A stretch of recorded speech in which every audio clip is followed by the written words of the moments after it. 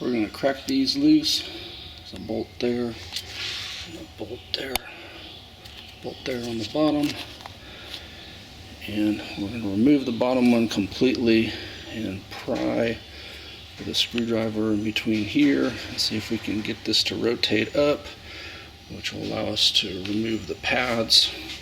Okay, you can see Chevy in their infinite stupidity, instead of using bolts, I can't tell if that's an Allen key or a Torx bolt.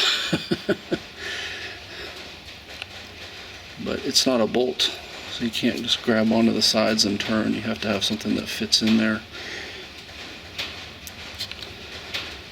That's the sort of stuff that just pisses me off about automotive engineers. Bolts are easy. Everybody has the tools for them.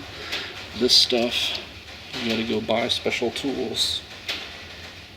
So let me express my anger yet again with the engineers. This is a 50, and you see it's too small. The 60 was too big, so it's probably like a 55 or something. And of course my set did not come with a 55. So leave it to automotive engineers to pick some weird size that doesn't even come with a set. So I have a whole set of these with what are supposed to be all the common sizes, but not this one. One of those frustrating things. I had to go buy a size 55 Torx bit to fit in there, but it does fit. So for some reason my set had everything but this 55. So we'll start by just trying to crack this one loose. It should be at like 80 foot-pounds.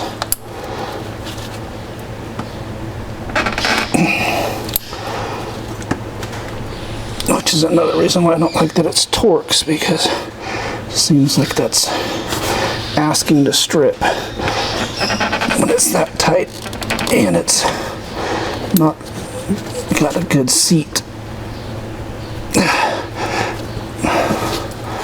So I'm going to have to go get a breaker bar. This time we got the breaker bar on here. We'll see if we can crack it loose at least. Holy moly.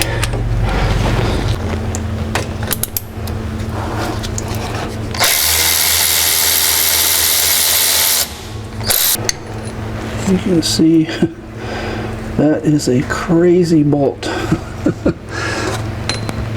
So sometimes a little sideways prying will free up the caliper enough, compress the piston enough that you can swing it off.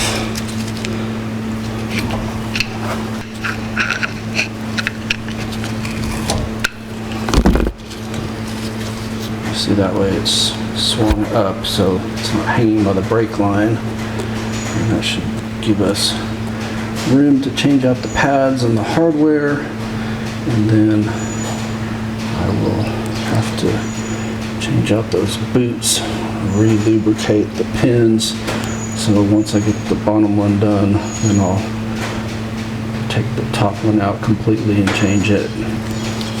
So sometimes these pads will just slide out, and sometimes you kind of need to pry at them with a screwdriver.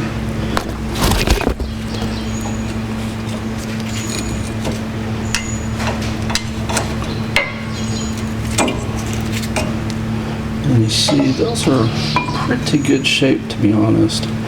So that's the outer pad. I'm going to lay that on the outside here.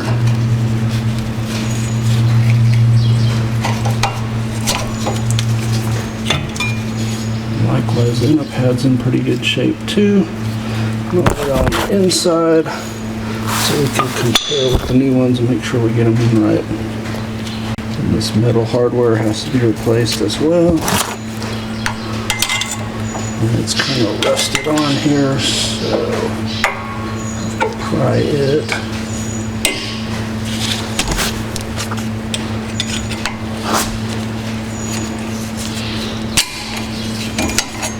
That is the orientation that it goes on. That's the orientation of the top. I'm just going to pull this boot totally off. And just like always, I'm going to spray some disc brake quiet on the back, keep them from squealing.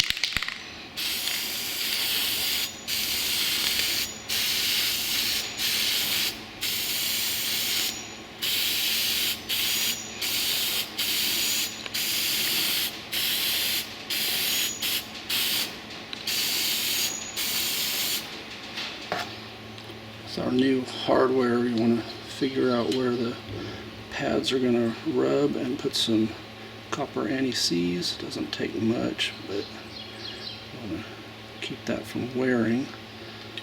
And then those should just snap down.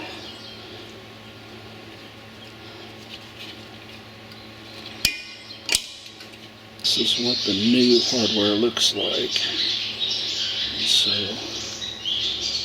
And that's threaded on the inside, which of course the bolt is going to go through and probably thread onto that, but I'm guessing maybe this is kind of like a press fitting. You may have to pry that out, and I don't know what that goes to. I guess we'll find out when we remove this if there's a bushing inside there. I wonder why these companies go bankrupt. It's stuff like this.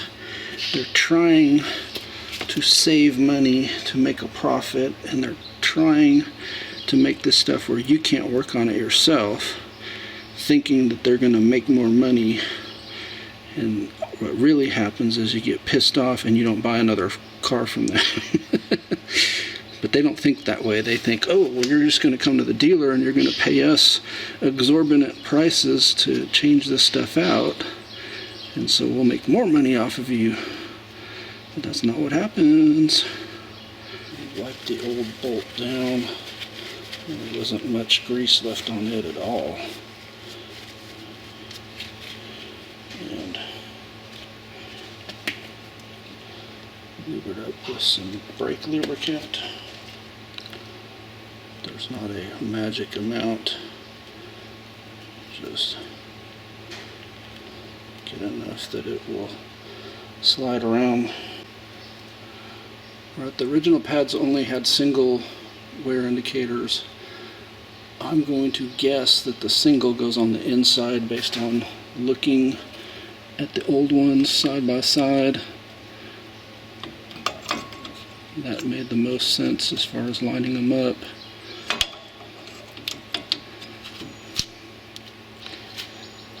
So double on the outside pad.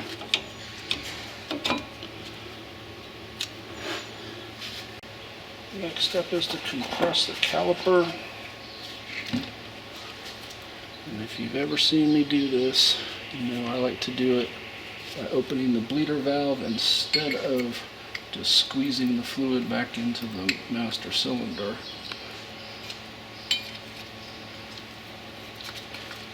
And then just compress.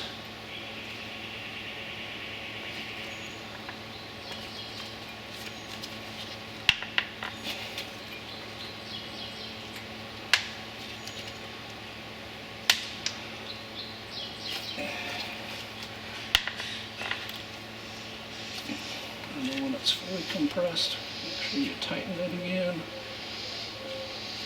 so that you don't suck up air. With the caliper pistons compressed, you should be able to roll that back down over. Very tight fit, so just take your time so you don't smash your fingers. Make sure there's clearance everywhere that you're pushing.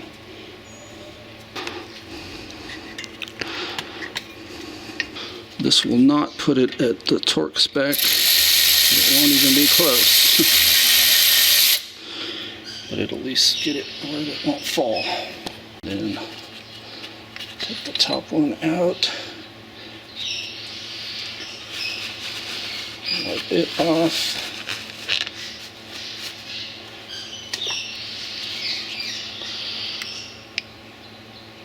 Some grease on it.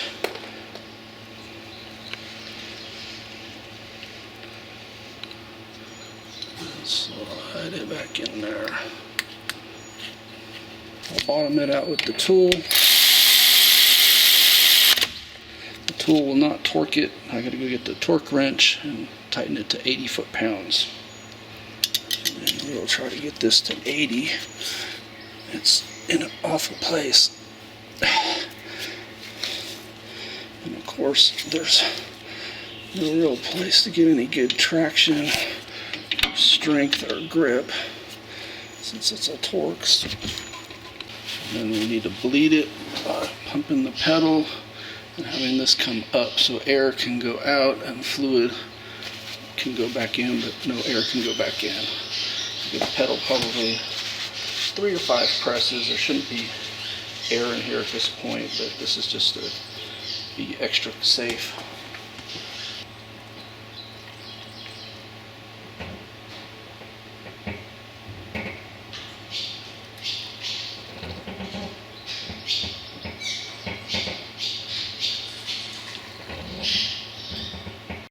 And while you're under here, there's 2 grease fittings. You may as well top them off.